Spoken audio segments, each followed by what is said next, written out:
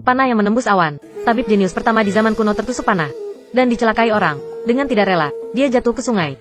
Saat dia sadarkan diri, dia malah sudah pergi ke masa depan. Panah di tubuhnya juga sudah hilang. Bahkan lukanya secara ajaib menghilang. Sam mengira dia sedang bermimpi dan menampakkan diri sendiri. Ternyata terasa sakit. Lalu, terdengar sebuah suara. "Hai, apa kamu butuh bantuan?" Sam terkejut. Apaan ini? Melihat kota aneh di depannya, Sam juga tercengang. Siapa aku? Di mana aku? Sam datang ke tablet batu dan teringat. Ternyata, dia jatuh dari sini. Saat ini, Sam sangat lapar. Jadi dia pergi ke jalan untuk mencari makanan. Setelah berkeliaran di jalan, secara tidak sengaja, dia bertemu dengan seorang wanita berbaju putih. Astaga, berapa kali dia memohon di kehidupan selanjutnya baru bisa mendapat pertemuan indah seperti ini. Sam jatuh cinta. Jadi, dia mengikutinya dan melihatnya masuk ke bar. Pada saat ini, seorang pria jatuh ke tanah. Sam mulai menunjukkan keahliannya lagi. Dia merasakan denyut nadi pria itu dengan cepat. Energi jahat paru-paru kuat. Sindrom paru. Hebat. Teknik ini pasti terkait dengan pengobatan Tiongkok kuno. Dia membuka bajunya, mengeluarkan jarumnya, dan berniat menusuknya. Lalu, kita hentikan dulu video ini. Kita lihat betapa menakjubkannya keterampilan medis Sam di zaman kuno. Di seluruh dinasti Ming, tidak ada yang tahu. Hanya dengan merasakan denyut nadinya, dia bisa mengetahui aliran darah dalam nadinya. Dengan sentuhan tangan kecil, dia bisa melihat penyakit yang ada di tubuh secara akurat. Dengan melihat sekilas, dia bisa tahu di mana dia harus menusukkan jarumnya. Semuanya selalu tepat sasaran. 1 jarum, 2 jarum, 3 jarum. Asalkan tabib ini turun tangan. Tidak peduli seberapa serius penyakitnya, orang itu bisa langsung hidup. Itu membuatnya banyak uang. Seperti kata pepatah, orang terkenal pasti akan banyak dicelakai orang. Pada hari ini, seorang pejabat senior mencari Sam, memintanya untuk menyembuhkan penyakit sakit kepala yang mulia. Jika berhasil, maka dia akan kaya raya. Kalau tidak, maka dia akan mati. Baginya, ini adalah kesempatannya untuk naik pangkat. Tepat ketika Sam mau menusukkan jarumnya, tangannya gemetar. Santai sedikit, tangan itu tampaknya gemetar tak terkendali. Yang mulia menjadi marah dan mau menghukumnya mati. Sam lalu berlari ke jembatan. Para pengejar mengelilinginya.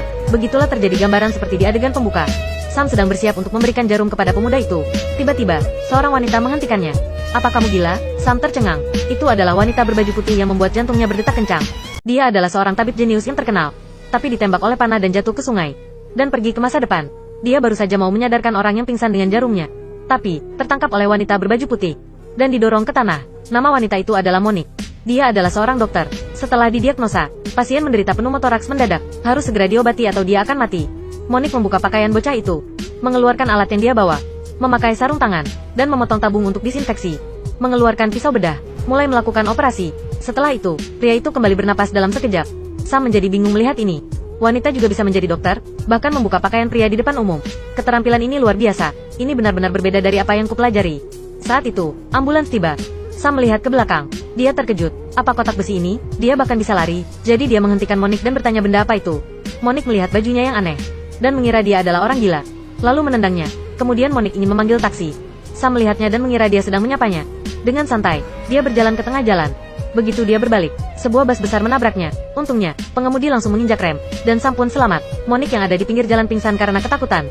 Sam bergegas maju untuk memeriksanya. Dia memeriksa nadinya. Wah gawat, dia mengeluarkan jarum perak kecilnya dan bersiap untuk menusuknya. Tiba-tiba, ambulans tiba. Melihat Sam memeluk Monique, dokter mengira dia adalah wali Monique dan membawanya ke rumah sakit. Baru saja turun dari mobil, dia langsung muntah. Dengan perlahan, dia masuk ke rumah sakit. Wah, di luar sangat panas. Kenapa di dalamnya sangat dingin? Ada angin sejuk datang. Dia lalu mencari asal anginnya. Itu adalah AC yang ada di tengah. Tapi dia tidak tahu, karena keenakan menghirup udara dingin. Hei, anak ini tidak bisa diselamatkan lagi.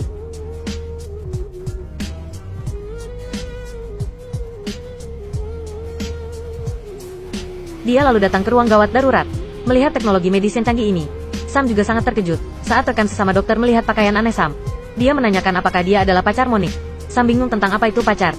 Pria yang ramah, teman pria, sepertinya itu artinya. Iya, aku adalah pacarnya. Kemudian, dia menemukan eskalator.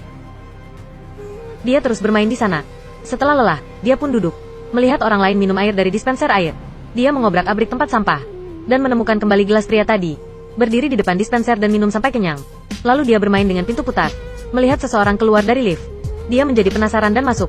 Akibatnya, pintu lift tertutup. Ini membuat Sam sangat ketakutan.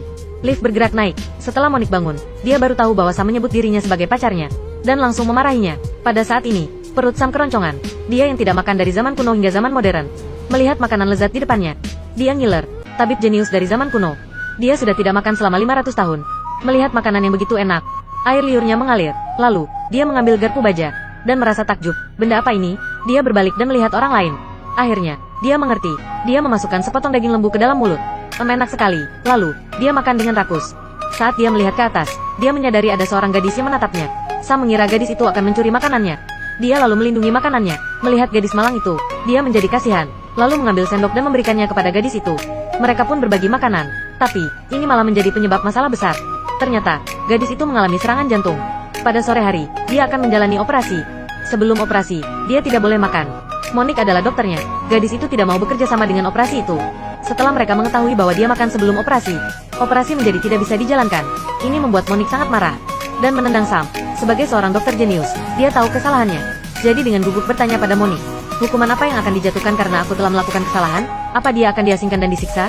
Monique menjadi tidak bisa berkata-kata. Pria ini benar-benar gila. Monique sedang mencuci tangannya di kamar mandi. Sam tiba-tiba muncul di belakang. Monique sangat terkejut. Kemudian, dia diusir dari kamar mandi wanita. Sam juga bingung, dan tidak mengerti apa yang terjadi. Dia lalu dikalahkan lagi oleh Monique. Dia lalu memanggil satpam, menariknya dan melemparkannya keluar gerbang. Jadi, Sam mencoba masuk lagi. Tapi dihentikan oleh satpam. Begitulah, dia tidak bisa masuk lagi. Saat itu, gadis itu keluar untuk berjalan-jalan. Kebetulan, dia bertemu dengan Sam. Kemudian, dia mendorong gadis itu untuk berjalan-jalan. Sam diam-diam memberitahu gadis itu, "Aku telah melakukan perjalanan waktu ke masa depan. Aku adalah seorang tabib jenius di sana." Adegan ini kebetulan dilihat oleh Monique di lantai atas. Monique langsung berlari ke bawah. Gadis itu juga melihat Monique. Tepat saat Sam menyapa Monique, gadis itu mendorong kursi roda dan meluncur menuruni tangga. Melihat ini, Sam bergegas menyelamatkannya. Saat ini, dia hampir jatuh. Di saat genting, Sam menyelamatkannya. Gadis itu selamat. Yang lebih buruk lagi, gadis itu mencuri kotak jarum Sam dan sengaja memancing Sam mengejarnya. Yang tidak diketahui Sam adalah, anak perempuan itu menderita penyakit jantung bawaan dan tidak bisa berlari seperti ini. Apalagi melakukan olahraga berat. Benar saja, setelah lama berlari, gadis ini tidak tahan lagi dan pingsan. Sam bergegas maju dan berteriak minta tolong. Tapi tidak ada yang menjawabnya. Terpaksa, dia memeriksanya. Dia memegang nadinya. Jantung gadis itu berhenti berdetak. Kemudian, Sam mengeluarkan jarum perak dan bersiap memulai penyelamatan. Bisakah Sam menyelamatkannya? Hal aneh apa yang akan terjadi padanya selanjutnya?